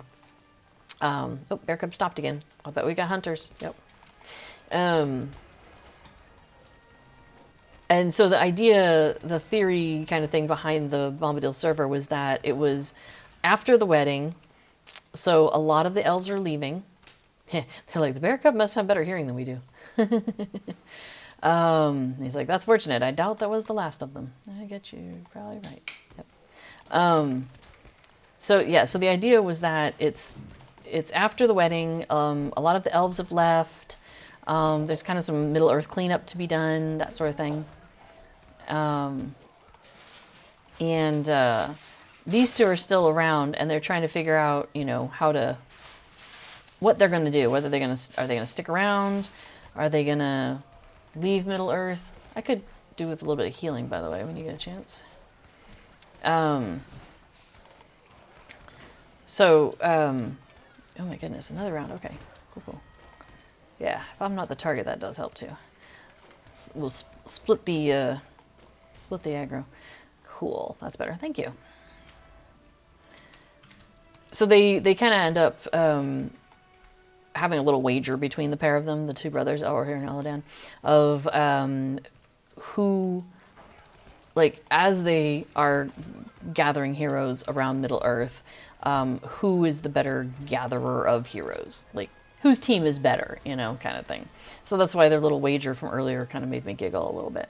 Because it's keeping in that theme of, you know, oh, there's the mother. Her injuries are not serious. But what is a warg doing down there? Are the wolves following it? These are ill omens. We'll follow your lead. All right. AKA you start combat. There we go. So on the server, you would choose a team, Elladan or Elrohir. And then you could attack players who were playing on the other team. So it was interesting. The warg says, no, no, no. I didn't leave Shalzer Mudznu to fall to the likes of you. Shathor Mzru. Says, if we never hear that name again, it'll be too soon. Okay. It says that is a dwarf ruin to the north. in the Vales of Anduin. Its history is not a happy one, but my brother and I have our own reasons for loathing that place. He says, we found our mother there, tortured by the orcs. Even after our father healed her wounds, she could no longer bear to continue living in Middle-earth. The hurt had gone too far, too deep, so she sailed west to the Undying Lands. The thought often crosses my mind. In the end, will I sail and reunite with her? Or shall I remain in Middle-earth and never see her again? Forgive me, I did not mean to discuss such dark matters. If that warg came from the Vales, then its brethren may be haunting the northern reaches of Lothlorien. We ought to continue toward Caras Galadden. Once we gather more information there, we can decide on what to do next. And then for a moment, the twins linger to watch the bear cub and its mother. Aww. Elrohir breaks the silence first. Shall we? All right, and there is a mission reward. I will remember to click it this time. And that finishes chapter 4. Onwards then, he says.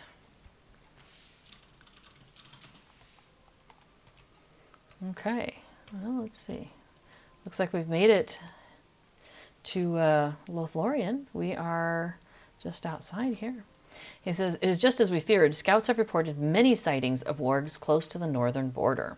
So every one of these has kind of like a final, finish now, and that's where we are. So we're getting legendary item experience, and then we're getting additional tokens, 2 tokens. So no matter what you got out of the box, you are definitely getting 2 here for sure, which is nice. Or what you were randomly bestowed if you did it on solo. All right, this is the 5th one and possibly the last one. He says, right at the doorstep of Caras Galadden, but how can we stand idly by while the wargs sow chaos in the Golden Wood? He says, you have been a stalwart companion. Not once have you faltered in aiding us, and for that we are grateful. Though you have honored your promise to us and our father, there's one last thing we will ask of you. Come with us to the north. Whatever the wargs have planned, we'll put an end to it together. Well, sure, man. Quickly, we must strike out for Talon Reveal. The twist here is shared corruption. Monsters in this mission will apply a corruption buff to nearby allies. Bum, bum, bum. Okay. Look, it's trees. There we go. We have an injured sentinel. Let's find out. He says, these are strange tidings. The guard squints at you for a brief moment before sighing in defeat. I do not recognize your kind. But if the sons of Elrond trust you, then I shall put aside my misgivings. That makes me wonder if it has different dialogue for the different races. When we come across things like that, when we're playing, a lot of times I'll stop and I'll go to the wiki because people like Agartha are really great at updating the wiki. We also spend some time trying to do that as well. I actually found one time that hadn't been updated with some different dialogue for a different race, so I went in and added it. So that was nice. Anyway, so it's really fun in the game for me to see how they respond to different ones. So I'm guessing it's something like, if it was an elf, it'll be something like, glad the elves were here, glad to see you, or something like that, before it's pulling it up. So I'm kind of looking over his shoulder. It is chapter 5. Yeah. So do we have different things or nay? I do not know you. I do not know you. I'll bet that's if you're an elf or a high elf, perhaps. That looks like that's all the wiki has. Okay, so sounds to me like we might need to come back here with a couple of races and try it out at some point. Just to find out. All right. So he says, okay, yeah, so the wargs came down from the Vales, he says. Our scouts have reported that one, gray and larger than the others, commands the movements of the rest. Several wargs ambushed us here before escaping to the southeast. 2 scouts followed the fleeing wargs and have not reported back. I fear they may have been overwhelmed. Boom, boom, boom. Okay, so we need to find and help the scouts. So Elrohir says we shall keep an eye out for them. The funny thing is I spent like a month, tons of time questing with these guys. Oh, hang on, he's saying stuff. This is, not once have we come across, you might want to follow me, come across servants of the enemy in our travels, yet the moment we reach our destination, he says, don't worry, we'll find the answers and prepare for what's next to come. He's like, you're right. Wait a minute, you heard that, didn't you? Yes, I did. Here they come. Oh, dang it. I was going to try and go invisible. I missed my chance. So yeah, we spent a month, because the server was only open a month, the Bombadil server, the Tournament of the Twins, as it was called. So we participated in the Tournament of the Twins, and really the way you got points, oh, one of the scouts up ahead, was through completing deeds. So completing deeds was how you got your honor points, and that was what determined where you were on the leaderboard. Now, as it turned out, we didn't actually get anything for being on the leaderboard except for like bragging rights.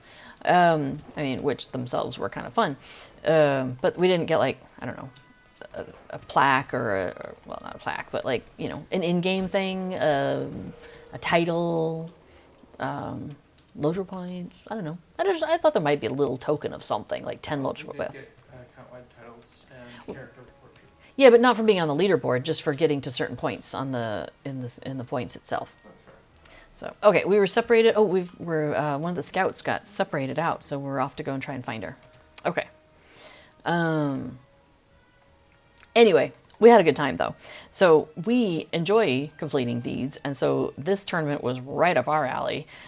We completed deeds like nobody's business, which was pretty dang cool. So every time you completed a deed, it gave you honor points, and so we were on the leaderboard because we completed every single deed that we could. Unfortunately, I think we picked a team after completing possibly one or two deeds, like early on, like just getting to level 10 or something like that as a deed or whatever. And so we missed one or two that other people did get.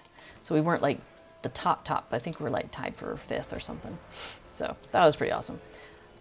And that included things like Rift of Ner'zgashu at tier 3, because that's a deed. So this is all the deeds you can complete up through the level 50 area, the whole Shadows of Angmar expansion. So anyways, that was really fun. So funny thing is, oh gosh, I'm like dying here. Let me get over closer to you. Wasn't paying attention. After spending a month playing with these guys, I can't remember which team I was on. I can't remember if I was on Elrohir's team or Elladan's team. I think it was Elladan.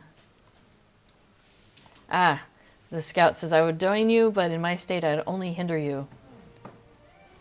He's like, all right, so we will cleanse their foul presence from the place that is Karen Brethil. All right, off we go. Let's do it. Yeah. What's up? So that must be the leader, a formidable beast, but mortal. All the same. No more shall the wargs harm Lothlorien and its inhabitants. That one. Okay. Or maybe that one. All right, they'll follow our lead. So I'm going to invisible myself here. And do a little this. Oh. Guess I won't. He says, what's this? Our next meals offer themselves so willingly. Your scheming ends here, he says, abhorrent creature. The golden wood shall never fall to Sauron. Ha, Sauron, we answer to none other than Ranulur, chieftain of the wargs. And it is his pack that will send you to your doom. Yeah, but if you add up the number of points. So overall on the leaderboard, we were 24th and 25th, he's pointing out to me. But if you add the ones that were ties, because they didn't clump people. That was the 5th highest numerical. 5th highest. Okay, we were the 5th highest score possible of all the scores that were listed. 1, 2, 3, 4, 5, 6, 7, 8-way tie for that score. An 8-way tie for the score that we had. So that ain't bad. I think 4 people had the most. 4 people out of the entire server only had like the absolute max that we figured out that you could get. Yeah. So 1, 2, 3, 4, he's over there checking it out. another 6 had 27,000. So 26, 6 had the next. We're tied for 2nd place, and then 4, another 4 for 3rd. 4 for 3rd place. 4 for 4th. 4 for 4th place. Can you tell we had fun with this tournament? We had a lot of fun with it. Yeah. So, all right. So let's see. Elladan says the warg mentioned a name, Ranulur. I cannot imagine this chieftain of wargs would allow another to command the pack unless he did not come with them. Now that we know that they do not fight for Sauron, they are not a sizable threat. The remaining wargs will either slink back into the Vales or fall to the Ladrum. Lorien is safe. He says, perhaps Shathur Munzu will not be such a dark place one day, but for now we must turn our gaze elsewhere. We'll let the scouts at Talon Reveal know that the wargs are no more, and then return to Cal Skaladrin. Okay. Oh, look at that. We're in Gladriel's garden. So these two cloaks that the guys are wearing, let me step behind him real quick. So you see how one has kind of a whitish, a light blue cloak with some dark blue on it? And this guy, well, it's not a very good option. He has a bright, like an orangish yellow. We called it the hot dog cloak because it looks kind of like a hot dog. Anyway, so those are the cloaks that we got. So if you got to a certain level, or a certain number of the honor points, you got a cloak, account-wide. And once you got to certain 3 different levels of honor points, you got various, oh, there it is, nice. See, yeah, so it had kind of like a silver and blue thing going on. I think that one's the prettier of the two, actually. And then, yeah, there's the hot dog cloak. So those are the cloaks that we got. So they're actually quite nice. They don't dye, like they are the color that they are. So I actually did have an outfit that I put together with the orange one because there's some orange cosmetics that dye up not too dissimilar from that orange. So, you know, it was actually, it matched really nicely. The silver and blue one looks nicer, I think, but I don't actually ever wear it because I don't generally wear silver and blue outfits. She says wearing kind of silver and blue. I also don't wear a lot of cloaks. That's really it. Elf cloak, you mean a hobbit blanket? Precisely. Yeah, and that's the thing is I don't wear a lot of cloaks. I tend to wear like a little backpack on my hobbits instead of a cloak. So that's, I think, the other reason why I just don't wear the cloaks very often. But they're very nice. They're really nicely put together. So I did appreciate that. All right, he says, hey, there you are. Our grandmother's garden is a sight to behold, is it not? I can forgive you for wanting to linger and take it all in, though I must caution you against wandering too far. We have given our word that you are trustworthy. However, the Gladrim do not look too favorably upon strangers, as I'm sure you've realized. We must part ways to meet with our grandmother soon, but for now, shall we walk in together? He smiles. Sure. He says, alas, we are nearing journey's end. Our travels were fraught with danger, but a small part of me is sad that it's over. Chin up. I'm sure Rosenblum will do us the honor of adventuring with us in the future. A nod to the fact that these are repeatable. He says, we couldn't have made it this far without you. We are in your debt. Wow, how nice. We don't usually get time to wander through here. Grandfather! Here's Celeborn. Elladan, Elrohir, she is waiting for you. Then this is farewell for now. Oh, I forgot. Oh, wait, do we get a box here? Not yet, maybe. Welcome to Karis Galadin. May we speak? Oh, and the boys just disappear. Bye. Yeah, they're very stealthy. He says, you have my gratitude for keeping my grandson safe. I was told that the 3 of you passed through the Red Horn Gate to enter Lorien. The crossing must have been difficult for them. Their mother has long since sailed west, but our grief remains. The details of what transpired during your travels elude me. What news from Imladris? Did you discover anything? As you recount every step of your travels, Lord Celeborn listens attentively. When you finish describing your encounters with the wargs from Shadar Manzu, his expression darkens. I'm sure my grandsons told you of our family's connections to that cursed place. This Ranelur may not be a threat at the moment, but I believe his tale is not finished. Should he decide to endanger Lorien again, he will not find mercy. Please, wait here. I believe my wife would like to speak with you once her business with our grandsons is done. Okay. Time passes.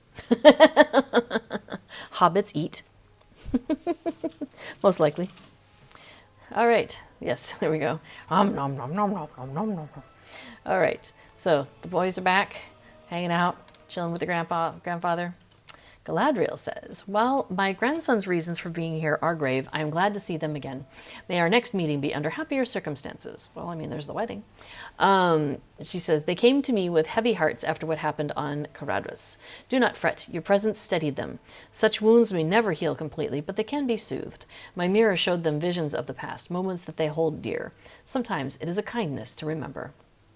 As she speaks, she studies you with keen eyes that almost seem to pierce through you. The coming days will be dire ones for Middle-earth.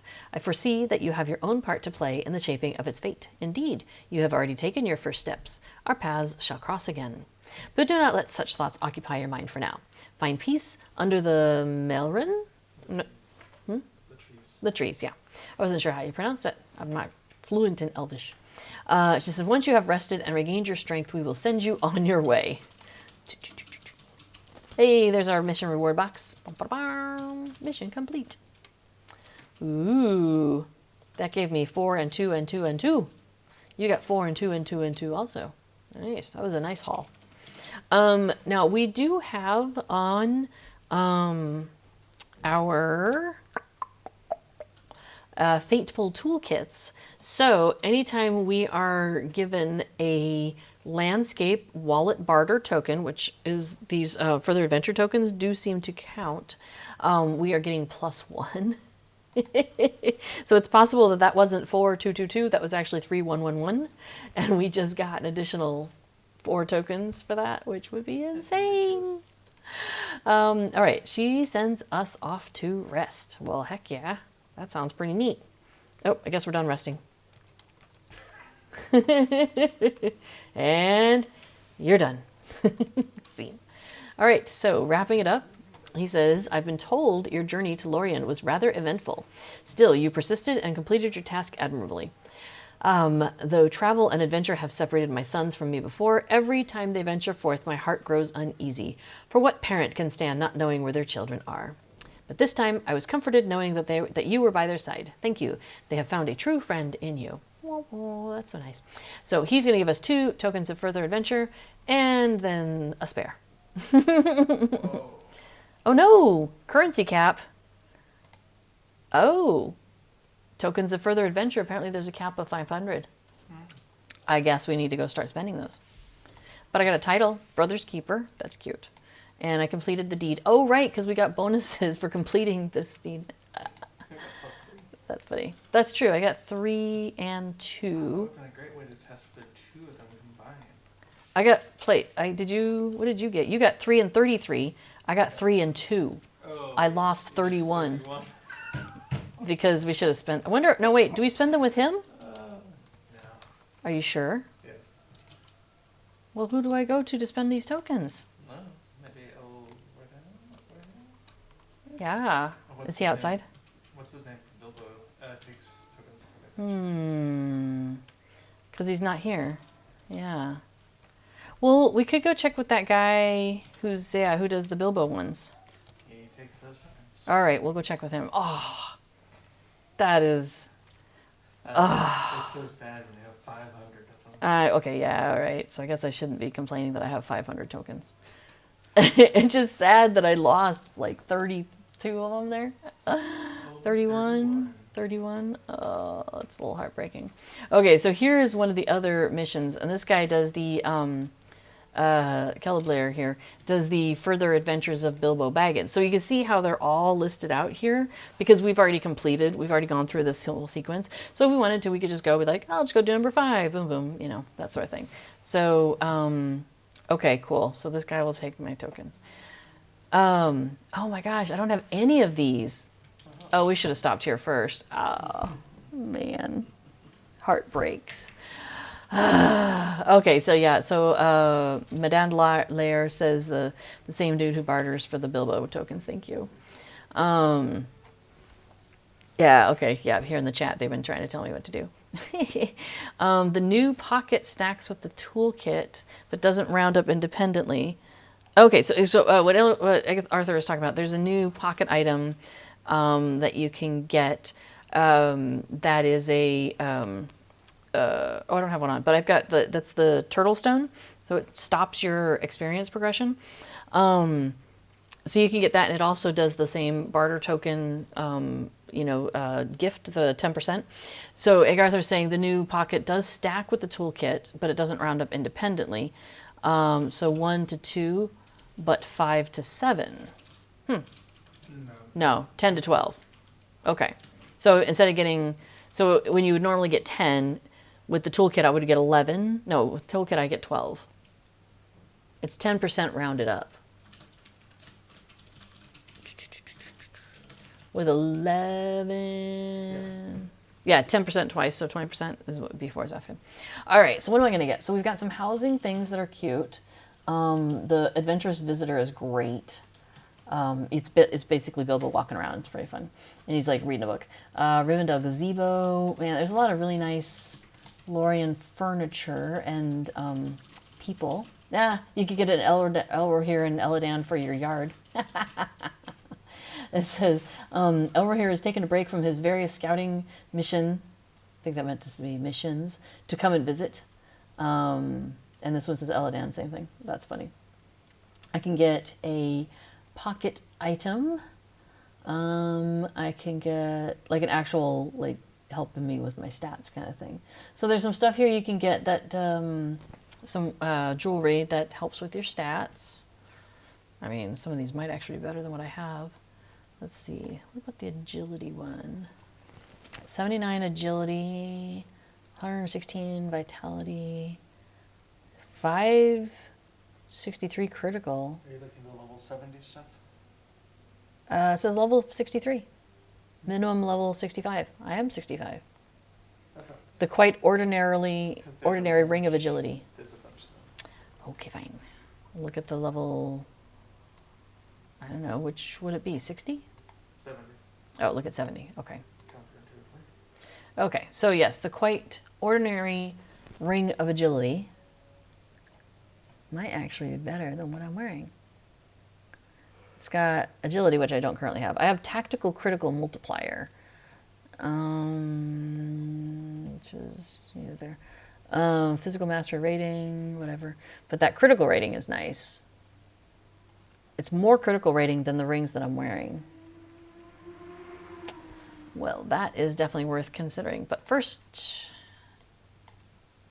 we should get the Tome of the Bog Lurker Buddy.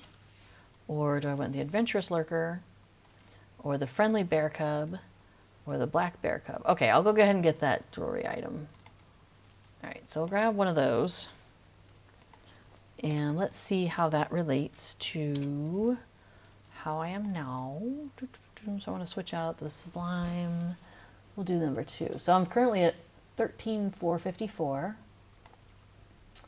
13,271. I feel like I went down.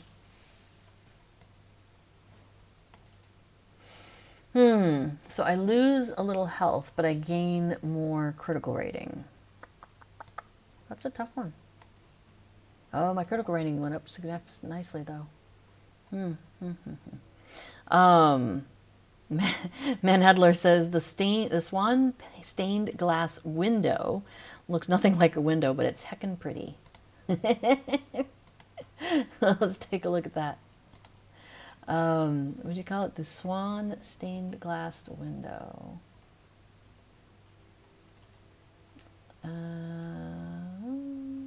Is that next page, maybe? Ah, there we are. Stained glass swan. A stained glass window depicting a swan. Well, all right. I'm down. I'll get that for the kin house. All right, and then I'll get the 2 bog lurkers. Why not? All right, so I am down to 120 tokens now. Let's get a bog lurker going. Dun, dun, dun. Oh, you know what? I should probably clear my consumables off of here. I don't need them there anymore. There's the carrying chicken. I think I don't need to have the carrying chicken on my bar. I think I'm unlikely to do that very often. All right, let's do the other bog lurker. Cool, which looks like that. Cute. I think my favorite of all the bog lurker pets, though, is the gourd one from the Halloween festival, which is coming up. The gourd lurker. It cracks me up. It's so cute. Here, let me see if I can find it real quick. Let's see, under pets. Lurker. Yeah, so okay, so the Adventurous Lurker we just got. The Bog Lurker Buddy we just got. There's also the Lantern Gourd Lurker through the Fall Festival. And then there's the Gourd Lurker, which is so cute. I named mine Gordita. Because it's a gourd. So I think it's funny. He's so cute.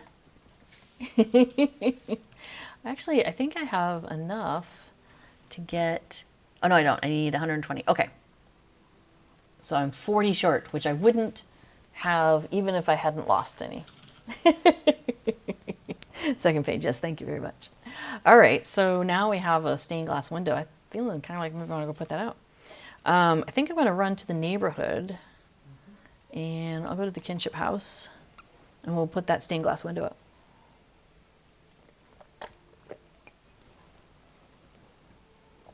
Now we're coming up on 2 hours with me here.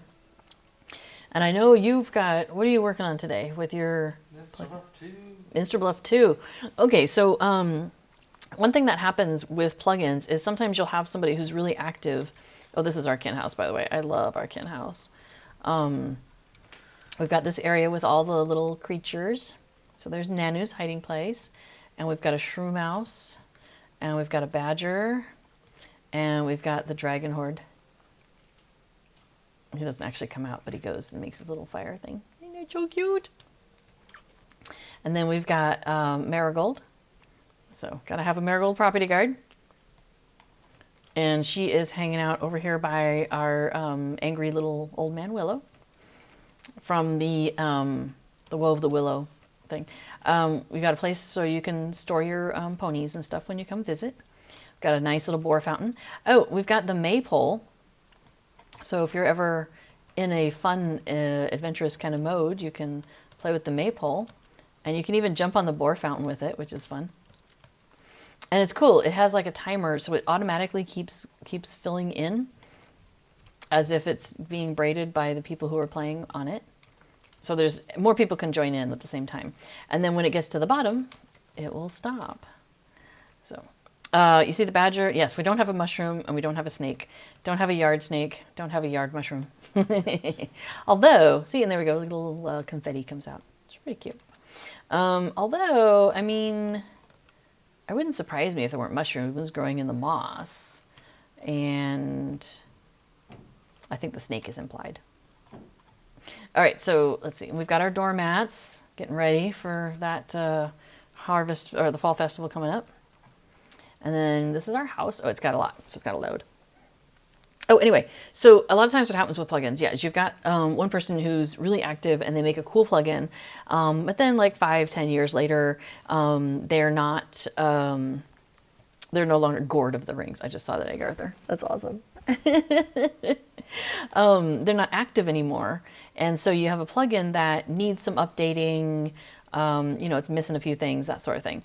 And so other people will come along and they'll make patches to it to kind of keep it going and keep it working, you know, with the game. And that's really fantastic. But sometimes you just have like such a huge change, or you've made so many changes that you're ready to just kind of move on to like having a whole new copy of it, right?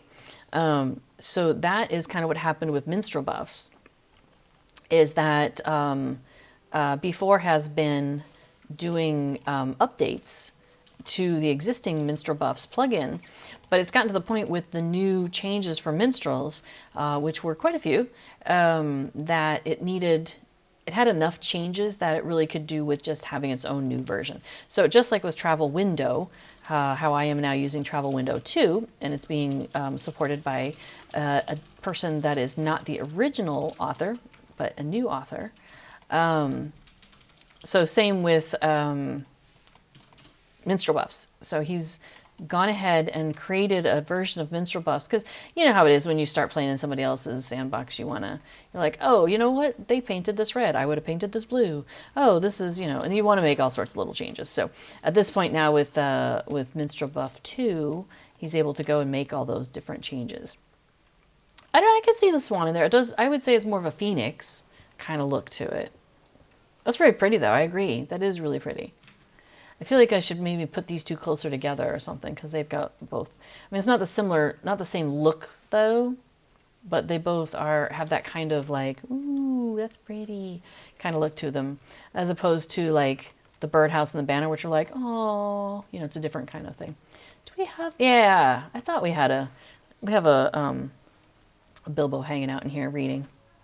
Now you can only have one follower at a time, and because I have a marigold, it won't let me get a Bilbo. But I could, let's see, there we go. Click on her, pet menu, dismiss. Now I can get although I missed her torch. Her torch was lighting up everything. There we go. So now, see, and now he's got a torch. Oh, I didn't realize. I thought he was carrying around a book. So, yeah, see, I've got a little library there for him, so he's like able to stand around and read forever. And we've got Bilbo's recommended reading. We've got some bookshelves. Oh, no, I think it's fine. we've got some of those stands that you can get from his birthday. I'm not sure where I put them. Maybe they're in my house. And then we've got the kegs, the different kegs that you can do. Egg Arthur says, there's no spoon, but there is a fork of minstrel buff. Dame Hypatia, good evening. Good evening to you. Oh yeah, so and then before posted the link to the Tournament of the Twins, the final standings. I mean, this was like, oh my gosh, over 2 years ago now, because this was the summer of 2020, I believe. Yeah. So it feels like a long, long time ago, but I guess it's only 2 years ago. But it was a good time. Anyway, so I know that B4 has more than 2 hours worth of stuff that he would like to get to on Minstrel Buff too. So we kind of like take this 5-hour block, and sometimes I squish into the half hour and sometimes he squishes into the extra half hour, or sorry, like 4.5 hour block that we do.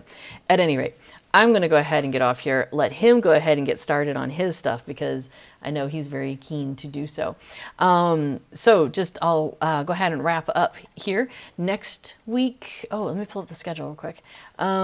Next week, I think we're still not in a festival. So Hobnanigans starts tomorrow. That'll run through the weekend. I think it's over by the time we get to my stream.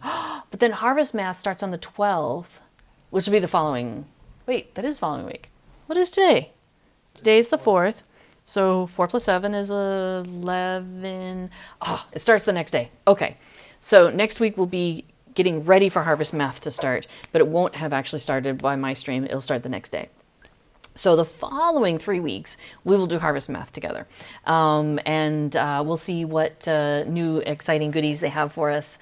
My gosh, they just knocked it out of the park a couple years ago with those cosmetics. So I'm hoping they don't come up with a whole lot of cosmetics because my wardrobe's really getting full. But, you know, aside from that.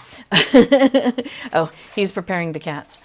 Okay, so I think you've probably got your countdown started, yeah? So we'll go ahead and scooch over. So thank you all for coming along. I will keep the extra life going through the rest of the month. So we've got all sorts of time to come back. You'll be able to get in on the community loot list that Cord will post sometime later on this month. And I will continue to do Hobbit flips in the game for anybody who donates. So as a thank you from me for helping out kids and families who, you know, need medical care in the U.S. at children's hospitals. Okay, so I will see you all next week. We'll probably do more missions or skirmishes or some of this fun side stuff. I really enjoy doing side stuff when we don't have a festival going on. So yeah, all right. Take care of yourselves, everybody. Take care of yourself, and make sure you stay in touch with that Hobbit side of your heart and take care of other people as well. All right. Thanks, everybody. Have a great night. Bye-bye.